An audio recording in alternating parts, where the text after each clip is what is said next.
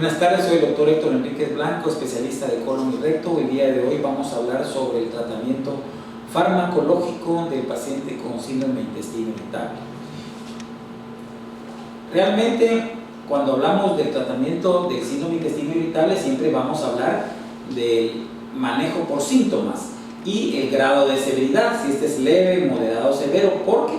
inicialmente, como vimos el triangulito en otras conferencias, primero el manejo se basa en una buena relación médico-paciente, en una educación apropiada, en un reaseguramiento de los síntomas, pero finalmente vamos a toparnos con que una variedad está en estreñimiento, otra variedad diarreica o otra variedad de dolor. Es ahí donde vamos a modificar nuestro tratamiento basado en el síntoma predominante. Aquí podemos observar lo que es la relación médico-paciente, recordarles que la agenda del paciente es importante para saber cuáles son las expectativas que tiene el paciente de los resultados y obtener un buen resultado finalmente. Aquí podemos observar, después de una buena relación médico-paciente, que es el fundamento de todo, que el paciente tiene que cambiar el estilo de vida. Eso es muy difícil de conseguir, sin embargo, con una buena relación médico-paciente podemos enfrentar eso día a día. Vamos a hablar acá respecto a esta parte, que es la farmacoterapia, y hablarles que muchos de estos pacientes tienen muchas dudas de aspecto alimenticio, porque muchas veces sabemos que los pacientes tienen detonación de sus síntomas provocada por los alimentos. A veces necesitamos el apoyo de una nutricionista porque nos va a dar una evaluación dietética apropiada. Vamos a identificar qué detonadores hacen que esta enfermedad sea más frecuente. Vamos a hacer ciertas recomendaciones alimenticias, especialmente qué comprar, qué comer, qué no hacer. Y finalmente, también nos puede apoyar la nutricionista en establecer algunos de los aspectos psicosociales de la alimentación. Muchos pacientes tienen ansiedad gastrointestinal específica, o sea que mantienen hipervigilancia a lo que comen, a lo que sienten, entonces muchas veces se anticipan negativamente pensando que un alimento les va a caer mal. También nos ayuda para educar al paciente respecto a qué comer, cómo comerlo, para mejorar su calidad de vida y el paciente empieza a sentir esa sensación de control. Algunos pacientes bajan de peso porque no quieren comer, otros tienen mayor alimentos que tienen carbohidratos que se fermentan y que producen más gases. Es por ello que de primera línea tenemos modificaciones en el estilo de vida con una dieta saludable como lo que es importante que se establezca, ¿verdad? Para ello la nutricionista es la mejor. Sin embargo, ustedes como médicos generales pueden ofrecerle a un paciente un estilo de vida saludable, ¿verdad? Y de segunda línea tenemos algunas dietas especiales, las conocidas en los últimos años como la FODMAP, que son dietas especiales que quitan carbohidratos procesados para tener un mejor control de los síntomas gastrointestinales. Esta dieta FODMAP viene de las iniciales de los oligosacáridos, disacáridos, monosacáridos y poleoles fermentables que hacen que aumenten los síntomas. Vamos a tener otra conferencia dada por una nutricionista que nos va a explicar al detalle al respecto, pero se refiere a una cantidad de productos como lácteos, fructosa, trigo, vegetales, frutas, legumbres, que muchas veces el paciente conocemos que ha tenido una mala tolerancia a la fibra. Muchos pacientes con síndrome de intestino irritable no toleran la fibra. Entonces, en estos especiales donde ya se ha intentado una dieta saludable y que no mejoran, es donde se puede dar tratamientos a base de una dieta de FODMAP. ¿Por qué? Porque mejora los síntomas y inclusive se ha mencionado que cambia o modifica la flora intestinal. Es importante descartar la sensibilidad no celíaca al gluten, que es diferente que una enfermedad celíaca, porque en estos casos pueden haber síntomas gastrointestinales y extraintestinales sin ser propiamente una enfermedad celíaca. No tienen alergia propiamente alergia mediada por IgE al trigo, y se presentan síntomas que mejoran notablemente al quitar el trigo de la dieta, porque el trigo pues tiene los sultanos y galactanos que mantienen el síntoma, situación que se vuelve a iniciar la sintomatología, volver a iniciar ese tipo de productos. Aquí está la nueva clasificación del espectro de la enfermedad celíaca, donde hay un grupo que se llama sensibilidad al gluten no celíaca, donde manifiesta biopsias duodenales negativas, tiene elevación de los test serológicos en una poca cantidad, así pueden tener valores limítrofes o ligeramente elevados, pero muchas veces no tienen estos biomarcadores como los factores de HLA-DQ2-8, que son muy frecuentes o que están presentes positivos clásicamente en la enfermedad celíaca, ¿verdad? Para ello utilizamos este algoritmo, no vamos a entrar en detalle, pero es lo que estamos hablando al respecto. Y muchas veces todos los aspectos nutricionales tenemos que encajarlos dentro de pruebas especiales de gases que se hacen con una cromatografía de gas, donde se va a detectar los niveles de hidrógeno y de metano en las pruebas de gases expirados. Esto se logra con el objetivo de establecer si el paciente tiene una sobrepoblación bacteriana o anomalías hacia ciertos carbohidratos. Especialmente hacemos estas pruebas en síndrome de intestino irritable cuando el paciente estamos sospechando que tenga un bloating o una distensión abdominal mayor de la normal, que no mejora con las medidas tradicionales nutricionales, o hay una sospecha de una intolerancia a carbohidratos que el paciente ha manifestado en la historia alimenticia para un manejo propiamente específico, ¿verdad? Estas pruebas de gases expirados, pues aquí pueden ver los aparatos, es de cromatografía de gas, son sencillos, se miden con el gas expirado en un tiempo definido y se van haciendo las curvas apropiadas para determinar si existe un aumento del hidrógeno expirado, que es producto propiamente dicho del crecimiento de bacterias en zonas elevadas. Recordarles que es importante descartar en los pacientes con síndrome de intestino irritable la intolerancia a la lactosa o los derivados de la lactosa y la intolerancia a la fructosa, que es el azúcar de las frutas, porque también es frecuente en cantidades importantes. Aquí puede observarse del 40 al 75% de pacientes con síndrome de intestino irritable, ¿verdad? En el manejo del paciente con bloating, que es una distensión abdominal, muchas veces tiene que desabotonarse en la tarde el pantalón porque no le caen tantos gases. Primero, descartar sobrecrecimiento bacteriano, intolerancia a carbohidratos, como yo mencionaba,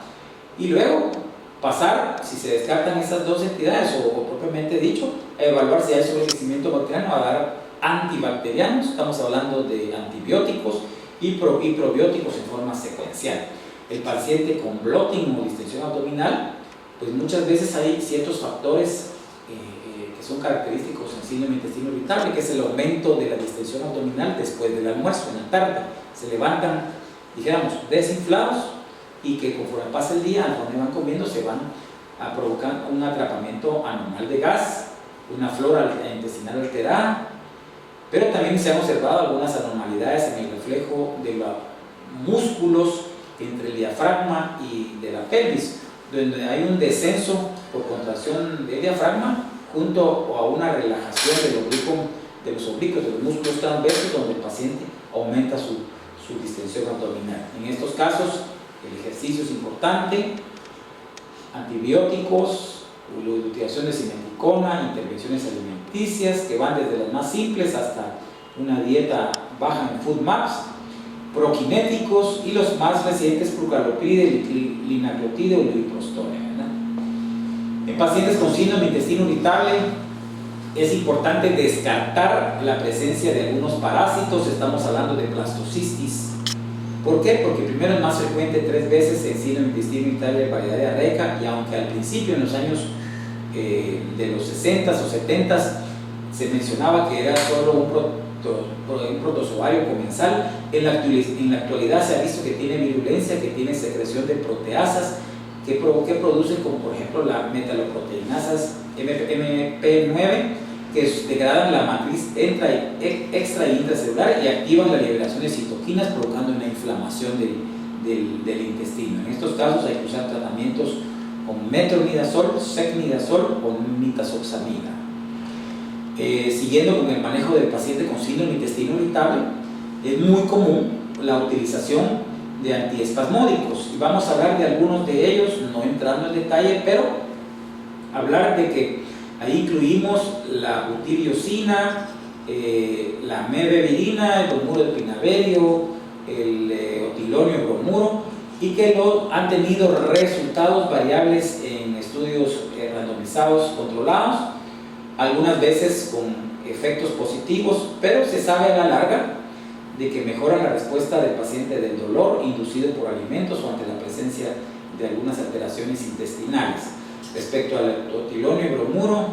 sabemos que sí reduce el dolor efectivamente, otros también lo reducen,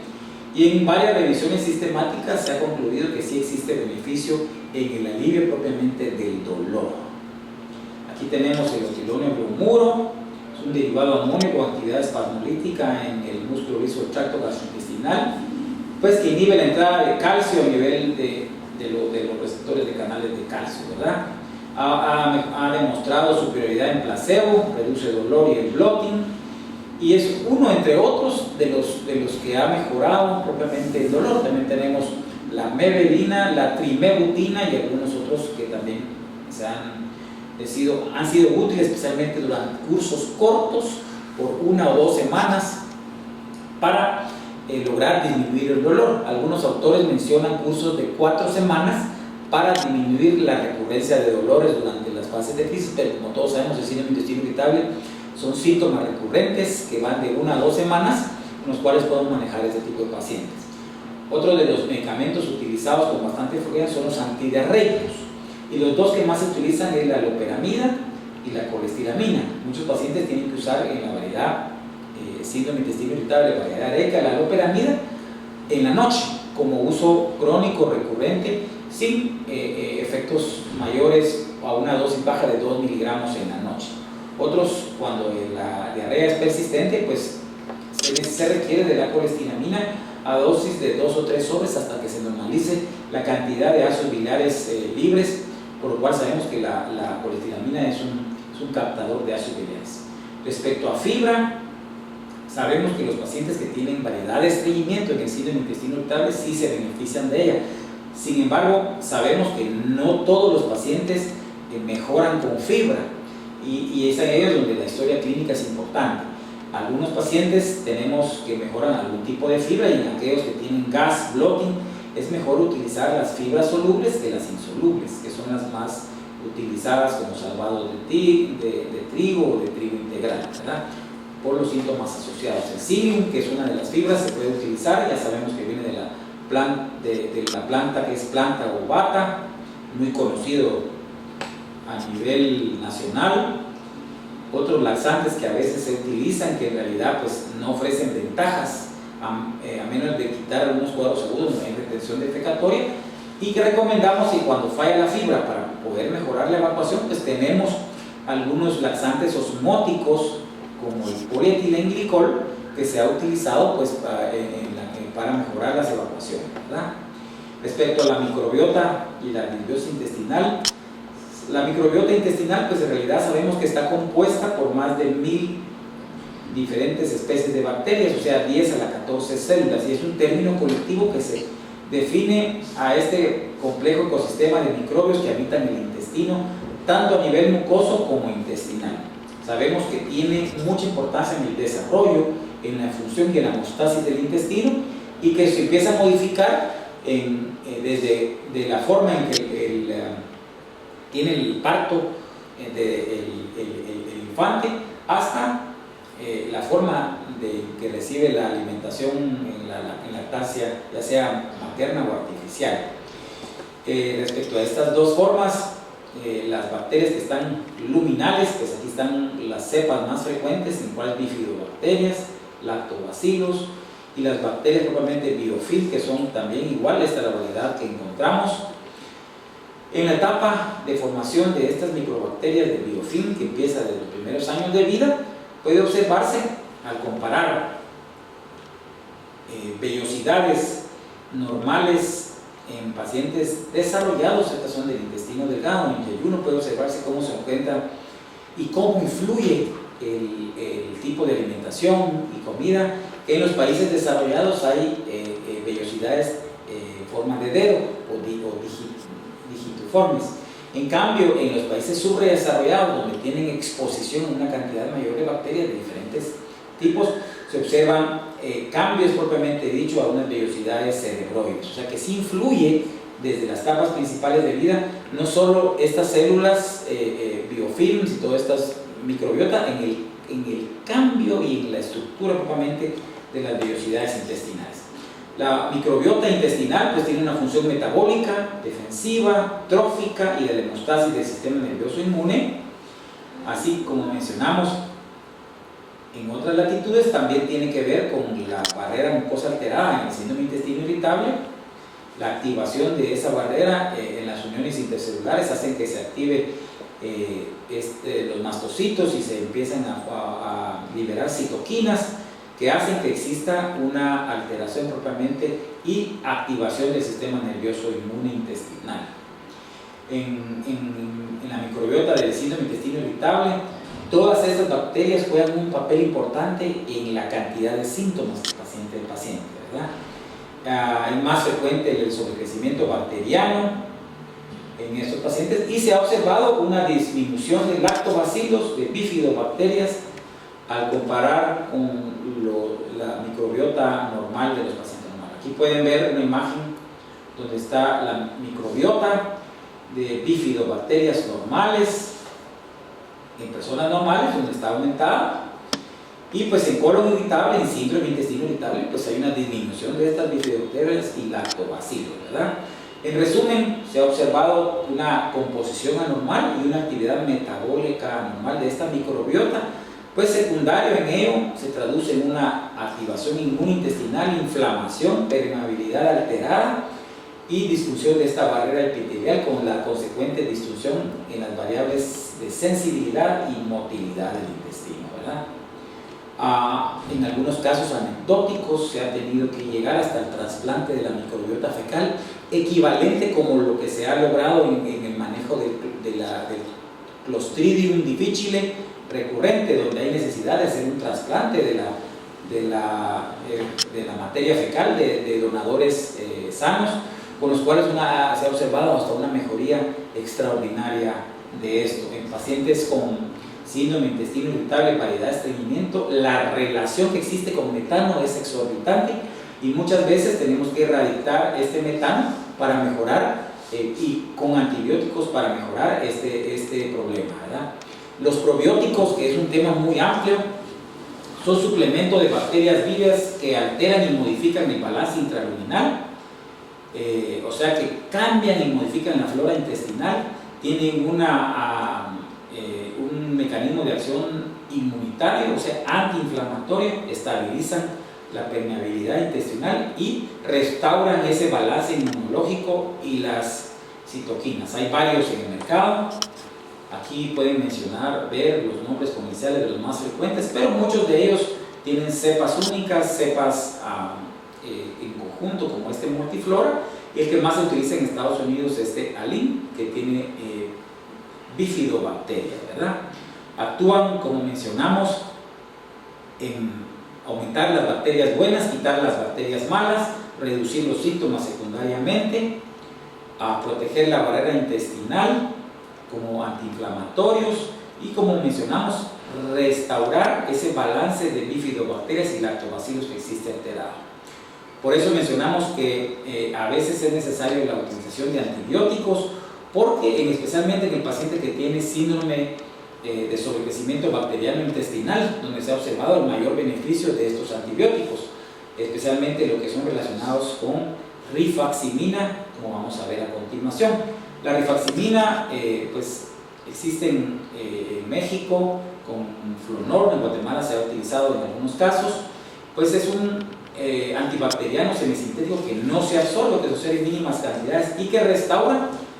completamente las bacterias malas que están provocando un aumento de la inflamación a nivel local intestinal. Se ha utilizado en otras entidades como diarrea del viajero,